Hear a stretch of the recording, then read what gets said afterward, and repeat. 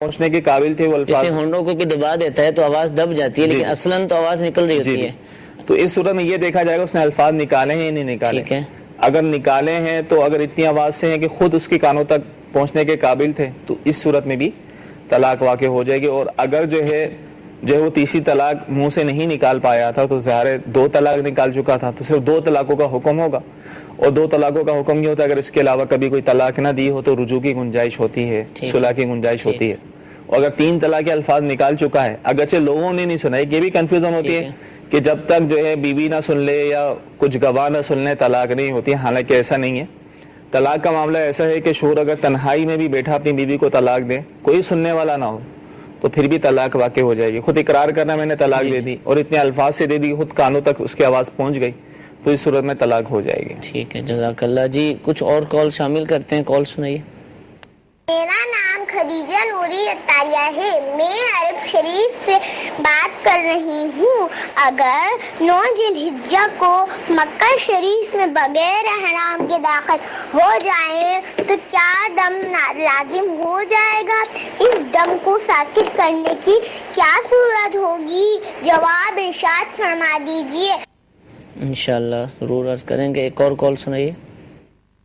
میرا مفتی صاحب کی خدمت میں یہ سوال ہے کہ اکثر ایسا ہوتا ہے کہ میاں بیوی کے درمیان جھگڑا رہ جاتا ہے اور اس دوران بیوی اپنے خاوند سے طلاق مانگتی رہتی ہے. اسی دوران خاوند کا انتقال، شوہر کا انتقال ہو جاتا ہے. تو اس کے انتقال کے بعد عورت کا یہ عالم ہوتا ہے کہ وہ کہتی ہے کہ بھی میں اس کی عدت میں نہیں بیٹھنا چاہتی اور میں ہی نہ ہی اس چیز کو اہمیت دوں گی. تو آیا اپنی مرضی سے یہ ذہن بٹھا لینا کہ میں عدت میں بیٹھوں گی یا نہیں بیٹھوں گی، کیا شریعت اس معاملے میں رہنمائی دیتی ہے؟ جی انشاءاللہ ضرور عرض کریں گے. 9 ذی الحجۃ الحرام ادنی منی نے سوال کیا کہ مکہ شریف کے اندر کوئی بغیر احرام کے داخل ہو جائے تو کیا اس پر دم واجب ہوگا؟ اگر دم واجب ہوگا تو کیا ساکت ہو سکتا ہے؟ وہ صورت ہے. دیکھیں اس میں تفصیل ہے. اب جو مکہ شریف میں داخل ہوا اب یہ دیکھا جائے گا وہ کہاں سے آیا. ٹھیک ہے. اگر تو وہ میقات کے اندر رہتا ہے، جو میقات بیان ہوئی ہیں، ٹھیک ہے، اس کی مثال کے طور جیسے جدہ کا رہنے والا ہے، جی وہ میقات کے اندر ہے، تو میقات کے اندر کا رہنے والا اگر مکہ شریف آتا ہے اس کی حج و عمرے کی نیت نہیں ہے تو مکہ شریف میں بغیر احرام آنا اس کے لیے جائز ہے. ٹھیک ہے. اور حج و عمرے کی نیت ہوگی تو پھر احرام حدود حرم کے باہر سے ہی اسے احرام باندھ کے آنا ضروری ہوگا. اور اگر وہ میقات سے باہر رہتا ہے، میقات سے باہر رہنے والا جیسے کوئی پاکستان میں رہ رہا ہے یا کسی اور ممالک میں رہتا ہے، وہ اگر کسی بھی نیت سے، اگرچہ اس کا حج کا ارادہ بھی نہ ہو، عمرے کا ارادہ بھی نہ ہو، وہ کسی بھی نیت سے اگر مکہ جائے گا، حرم شریف جائے گا، حدود حرم میں، تو اس پر لازم ہوگا کہ وہ میقات سے احرام باندھ کر جائے، چاہے 9 ذی الحجہ ہو. جی.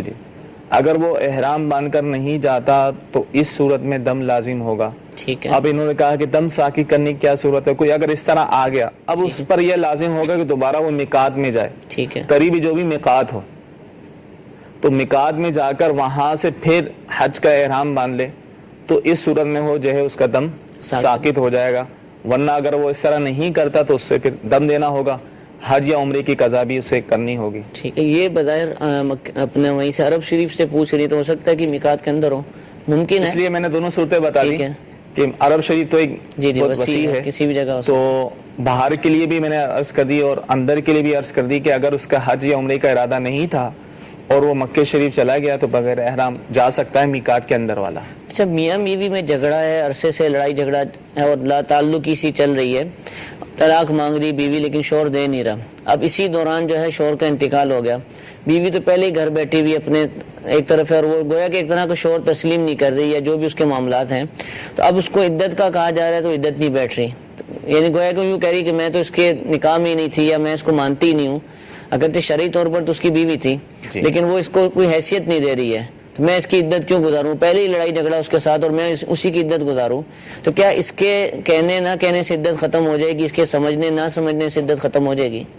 دیکھیں اس مسئلے میں غلط فہمی لوگوں میں یہ ہے کہ میاں بیوی جب جدا رہیں یا آپس میں ان کی ناراضگی ہو، اگر اتنے عرصے تک جدا رہیں تو ان کا نکاح ختم ہوتا ہے. حالانکہ ایسا کچھ نہیں ہے. صحیح.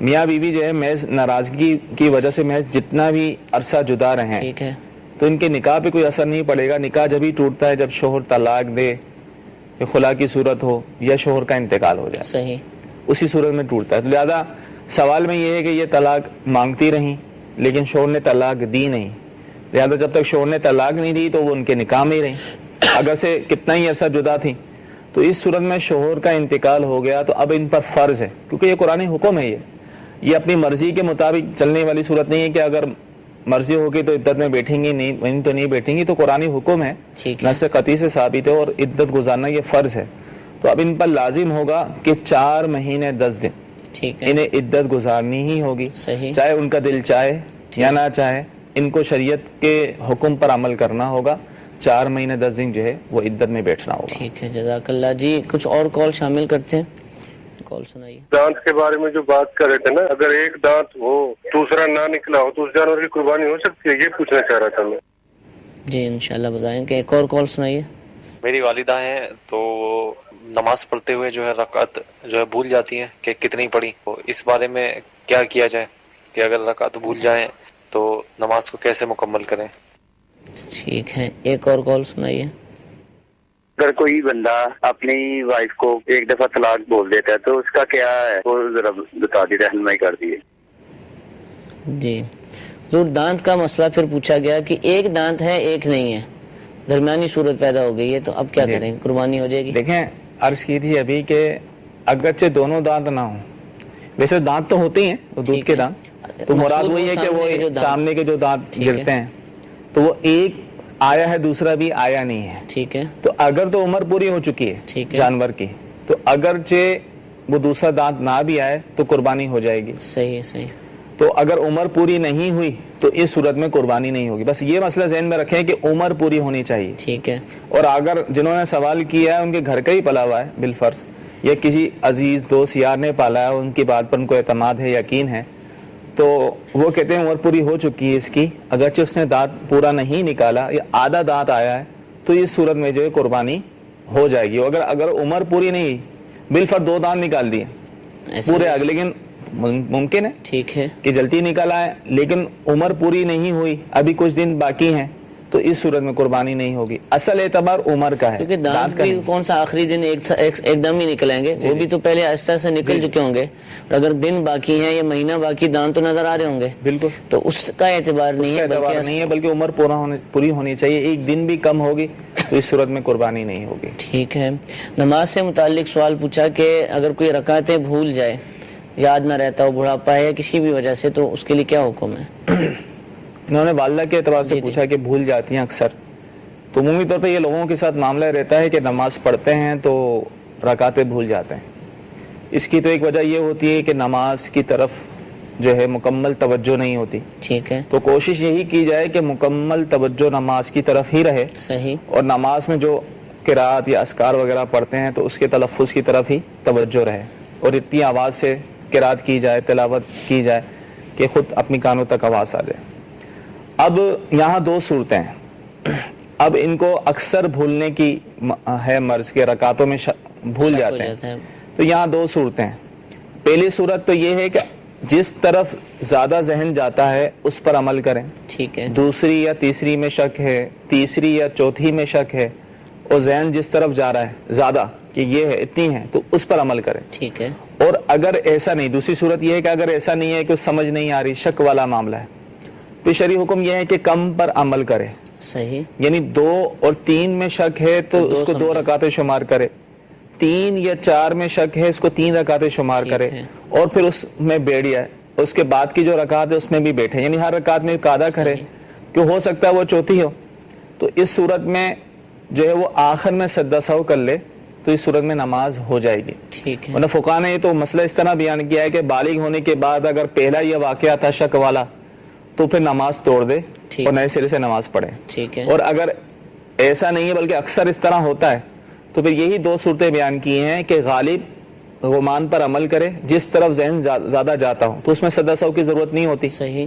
لیکن اگر شک والا معاملہ ہے، کچھ سمجھ نہیں آ رہی تو کم پر عمل کرے، کم پر عمل کرنے کی صورت میں اسے ہر رکعت میں قاعدہ کرنا پڑے گا، جیسے تیسری اور چوتھی رکعت میں شک تھا، اب سمجھ نہیں آ رہی تو اس کو تیسری شمار کرتے ہوئے وہ رکعت پوری کر کے بیٹھ جائے۔ بیٹھنے کا حکم اس لیے دیا جا رہا ہے کہ ہو سکتا ہے وہ چوتھی ہو اور قاعدہ آخرہ فرض ہے، تو تیسری میں بیٹھ جائے، تحیات پڑھ کے پھر کھڑا ہو، پھر ایک رکعت اور ملا کے آخر میں تحیات پڑھے اور سدا 100 کرے تو اس صورت میں جو ہے نماز ہو جائے گی. ٹھیک ہے، جزاک اللہ. طلاق سے متعلق ایک اور سوال پوچھا گیا کہ ایک طلاق اگر کوئی دے دے اپنی بیوی کو تو کیا حکم ہے؟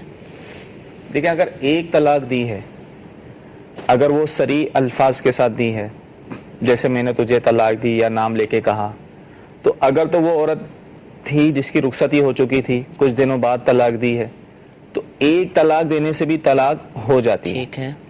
اور ایک طلاق کی عدت بھی ہوتی ہے.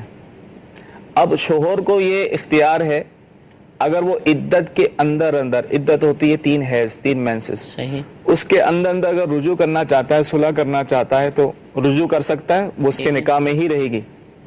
رجوع کرنے سے وہ طلاق ختم نہیں ہوگی، صحیح. طلاق اپنی جگہ برقرار رہے گی. اگر وہ رجوع نہیں کرتا اور پہلی طلاق کی بھی عدت گزر جاتی ہے تو وہ عورت اس کے نکاح سے نکل جائے گی. ٹھیک ہے. اب دوبارہ رجوع کرنے کے لیے نئے سرے سے نئے مہر کے ساتھ نکاح کرنا ہوگا. تو خلاصہ یہ نکلا کہ اگر ایک طلاق دی ہے صریح الفاظ سے تو عدت کے اندر بغیر نکاح کے رجوع کر سکتے ہیں اور عدت کے بعد نکاح کے ذریعے رجوع کر سکتے ہیں. اور بعض الفاظ ایسے ہوتے ہیں کہ جس سے لفظ طلاق کے علاوہ بھی جس میں طلاق کا معنی نکلتا ہے، جس پچھلے سلسلوں میں اس پہ کافی گفتگو ہوئی ہے. جیسے میں نے تجھے آزاد کیا، اب اس نے ایک دفعہ کہا اور غصے کی حالت میں کہا یا مذاکرہ طلاق تھا اس میں کہا، تو اس صورت میں ایک طلاق ہو جاتی ہے. اور یہ وہ طلاق ہوتی ہے کہ عورت نکاح سے نکل جاتی ہے. اس کو طلاق بائن کہتے ہیں کہ عورت نکاح سے نکل جاتی ہے. اب جو ہے رجوع کرنے کے لیے چاہے عدت میں کرے گی، عدت کے بعد دوبارہ نئے سرے سے نکاح کرنا ہوگا. ٹھیک ہے. ٹھیک ہے. اور اگر اسی طرح ایسی عورت کو طلاق دی ہے جس کی رخصتی نہیں ہوئی، جس کے ساتھ خلوت نہیں ہوئی، اس کو شوہر نے اگر ایک دفعہ بھی کہا کہ میں نے تجھے طلاق دی تو یہ کہتی ہی نکاح سے نکل جائے گی. ٹھیک ہے. اب اس سے نکاح رجوع کرنے کے لیے دوبارہ نئے سرے سے نئے مہر کے ساتھ نکاح کرنا ہوگا. ٹھیک ہے، جزاک اللہ. چلو قربانی کے ایام ہیں اور قربانی کے وجوب کا نصاب بھی ہم بیان کرتے رہتے ہیں کس پر ہے، اور اس میں یہ ہوتا ہے کہ عام طور پر ہوتا ہے کہ عورت پر بھی ہوتی ہے قربانی، زیور وغیرہ اس کے پاس موجود ہوتا ہے جو نصاب کو پہنچتا ہے. اب وہ قربانی عورت پر واجب ہے، لیکن ہوتا یہ کہ شوہر کر رہا ہوتا ہے. یوں سمجھا جاتا ہے کہ ہمارے گھر میں قربانی ہے، حقیقت میں مرد پر ہوتی ہی نہیں ہے اور عورت پر ہوتی ہے، لیکن اہتمام شوہر کرتا ہے. اپنی تنخواہ سے وہ جانور خرید کر لاتا ہے، ذبح کرتا ہے، سارے معاملات کرتا ہے، اور عورت سے اس میں کوئی پوچھنا وغیرہ کا معاملہ بالکل نہیں ہوتا. بس یہ سمجھا جاتا ہے کہ ہمارے گھر میں قربانی ہے یا ہم نے قربانی کرنی ہے، کس پر واجب ہے، کتنی واجب ہیں، کیا ہے، کچھ بھی نہیں ہوتا. تو ایسی صورت میں قربانی کے نسبت ابھی تک نہیں کی عورت کی طرف، اور نہ عورت سے پوچھا ہے، نہ عورت سے اجازت لی ہے، نہ اس کے پیسے لیے ہیں، سب کچھ اپنی طرف سے کیا ہے، حالانکہ ان پر خود نہیں تھی. تو کیا قربانی عورت کی طرف سے ہو جائے گی؟ اس میں کیا طریقہ کار اختیار کیا جائے؟ کیونکہ ابھی جانور خریداری کے دن شروع ہیں. اب جس طرح پاکستان میں یکم ذی الحجہ بھی ہو چکی ہے، اوپر سے یکم تاریخ جو انگریزی حساب سے ہے، لوگوں کے مشاہرہ جات سیلریز کا بھی سلسلہ ہے. تو اب ان دنوں میں جانوروں کی خریداری ہوگی. تو اب جو خریداریاں کی جائیں وہ کس طرح کی جائیں، کیا اس میں نیت کی جائے، جانور کا تعین کیسے کیا جائے؟ سب سے پہلے تو یہ دیکھا جائے کہ گھر میں کس کس پر قربانی واجب ہے. ٹھیک ہے. یہ کیسے پتہ چلے گا؟ اب یہ جو شریعت نے نصاب بیان کیا ہے قربانی کا، وہ یہ ہے کہ کسی کے پاس 7.5 تولہ سونا یا 52.5 تولہ چاندی ہو، ٹھیک ہے، یا 52.5 تولہ چاندی کے برابر رقم ہو ضرورت سے زائد، یا ضرورت سے زائد کوئی سامان ہو، تو ایسی صورت میں اس پر قربانی واجب ہوگی. اور 52.5 تولہ چاندی کی رقم تقریباً 37,800 روپیہ آج کا جو نصاب ہے تقریباً کراچی کے اندر 37-38,000. جی جی. تو اتنی مالیت کا سامان ہو یا اتنی مالیت کسی کے پاس ہو تو اس پر قربانی واجب ہے. اس طرح دیکھ لیں کہ گھر میں کتنے افراد ہیں. بعض اوقات کئیوں پر واجب ہوتی ہے، اور جن پر قربانی واجب ہے ان کی طرف سے ہی قربانی کی جائے، جبھی ان کا واجب ادا ہوگا. ٹھیک ہے. بیوی پر واجب تھی، کر رہا ہے شوہر، اس نے کوئی نیت نہیں کی، نہ کہا، نہ بیوی نے اس کو کہا میری طرف سے کرو، اس نے بس اسی قربانی کر دی اپنی طرف سے. گھروں میں ایک جانور لانا ہوتا ہے، کئی جگہ دیکھا، بس جانور ذبح کرنا ہے، یہ نہیں پتہ واجب ہے بھی کہ نہیں ہے اور کس پر واجب ہے، ایک واجب ہے یا زیادہ، بس ایک جانور ہر ایک جانور لے آتے ہیں تو یہ سمجھتے ہیں کہ سارے گھر والوں کی طرف سے ہو گیا. تو اس طرح تو کسی کی بھی نہیں ہوگی، صحیح، کسی ایک کی طرف سے ہو. بڑا جانور ہے تو 7 افراد اس میں شریک ہو سکتے ہیں. تو اولاً پہلے تو یہ دیکھا جائے کہ گھر میں کن کن افراد پر قربانی واجب ہے. اگر 10 افراد ہیں، 10 کے 10 پر قربانی واجب ہے تو 10 کے نام کی قربانی کرنی ہوگی الگ الگ. ٹھیک ہے. تو پہلے تو اول کام یہ کرنا ہے، اگر سمجھ میں نہیں آ رہی کہ واجب ہے یا نہیں، صورتحال ایسی ہے تو فون کر لیں، کال کر لیں، دالفا آ جائیں، کسی سنی عالم مفتی صاحب سے پوچھ لیں، تو اس طرح اندازہ ہو جائے گا کہ واجب ہے یا نہیں۔ ٹھیک ہے، اب پتہ چل گیا بھائی گھر کے یہ افراد ہیں، ان پر قربانی واجب ہے۔ اب پھر یہ جانور لے کر آئیں، تو آپ بڑا جانور لے کر آ رہے ہیں، اس میں حصے داری کرنی ہے، تو گھر میں جتنے افراد تھے جن پر قربانی واجب تھی تو ان کے پہلے حصے ہوں گے، ٹھیک ہے، ٹھیک ہے۔ اگر اس کے بعد حصے بچ جاتے ہیں، جو 7 حصے ہوتے ہیں بچ جاتے ہیں، تو آپ کسی کے نام کے بھی کر سکتے ہیں، ٹھیک ہے، ٹھیک ہے نا، اپنے بچوں کے نام کے بھی کر سکتے مثال ہیں، ثواب کے لیے، یا کسی مرحوم کے نام کی کر لیں۔ ٹھیک ہے، تو اس صورت میں جو ہے وہ کسی کے نام کی کر لیں، اولاً جن پر قربانی واجب ہو ان کے نام کی کریں تاکہ ان کا واجب ادا ہو۔ ٹھیک ہے، اور عمومی طور پہ ایسا ہوتا ہے کہ آج اس سال ہم نے کیا تھا اپنی والد کی طرف سے، اگلے سال بھائی والدہ کی طرف سے، اس سے اگلے سال کسی اور کی طرف سے، تو اس طرح کرتے رہتے ہیں، لیکن جن پر قربانی واجب ہوتی ہے ان کا وجوب ادا نہیں ہوتا۔ صحیح سے، تو اگر ماضی میں گزشتہ سالوں میں جس پر قربانی واجب تھی اور وہ نہ کر سکا تو اسے بھی حساب لگانا ہوگا اتنے سالوں، کیونکہ قربانی واجب ہو، قربانی کا ایام چلے جائیں تو اب قربانی ہو نہیں سکتی۔ ٹھیک ہے، اب یہ نہیں ہو سکتا پچھلے سال مجھ پر قربانی واجب تھی، میں چاہوں کہ اس سال قربانی میں حصہ ڈال دوں یا قربانی کر لوں، اب نہیں ہوگا، بلکہ اب اس پر یہ لازم ہے کہ جانور یا بکری کی قیمت جو ہے وہ صدقہ کرے۔ ٹھیک تو ہے، لہذا اب جو بھی خریداری کریں تو اس سے پہلے یہ طے کر لیں کہ گھر میں کتنے افراد ہیں اور کن پر قربانی واجب ہے، اور ان کی نیت سے ہی ٹھیک ہے، قربانی میں کا جانور خریدا جائے، اور یہی بہتر صورت ہے، ٹھیک ہے، اور اس پر عمل کیا اور جائے۔ تعین کرے اگر بیوی کا معاملہ ہے اور اسی پر ہے تو اس کو بتا دے، اس سے اجازت لے لے کہ میں آپ کی طرف سے کر رہا ہوں، اور ظاہر سی بات اجازت ہی دے گی وہ، کیونکہ رقم وغیرہ اور عموماً عمومی طور پہ یہی ہوتا ہے کہ دیکھا یہ جاتا ہے کہ زکوٰۃ کا معاملہ ہو، قربانی جو نکالتے ہیں ماشاءاللہ، تو وہ نکال رہے ہوتے ہیں بیوی کی طرف سے، تو ان کی اجازت میں نہیں جو عرض ہوتی ہے۔ کر رہا تھا نا کہ پتہ ہی نہیں ہے، جی بالکل، یعنی وہ بیوی پر ہے یا مجھ پر ہے یا ہے ہی نہیں کسی پر، بس ایک شوق ہے اور ایک دکھاوا تو نہیں ہم کہیں گے، جو بھی ہے وہ جانور ایک ذبح کرنا ہے، تو اب اس میں اگر کوئی نیت نہیں ہے، کوئی تعین نہیں ہے کہ کس کی طرف سے، ظاہر ہے اب یہ کہا جائے گا کہ جو لے کر آیا ہے ٹھیک ہے، جانور، جو خرید کر لایا ہے وہی اس کا مالک ہے، تو ٹھیک ہے، اس کی طرف سے تو ہو جائے گی، ٹھیک ہے، لیکن اب اور اس جس پر پر اگر ہے ہی واجب نہیں ہے تھا، اور دوسرے پر واجب ہاں ہے، اس پر واجب تھا نہیں تو اس کا نفلی ہو گیا، اس نے نیت اور ہی جس نہیں پر کی، واجب تھا اس کا ادا نہ ہوا۔ ٹھیک ہے، تو یہ بہت اہم مسئلہ ہے، ضروری مسئلہ ہے، آپ قربانی کیجئے، اللہ کی رضا کے لیے کیجئے،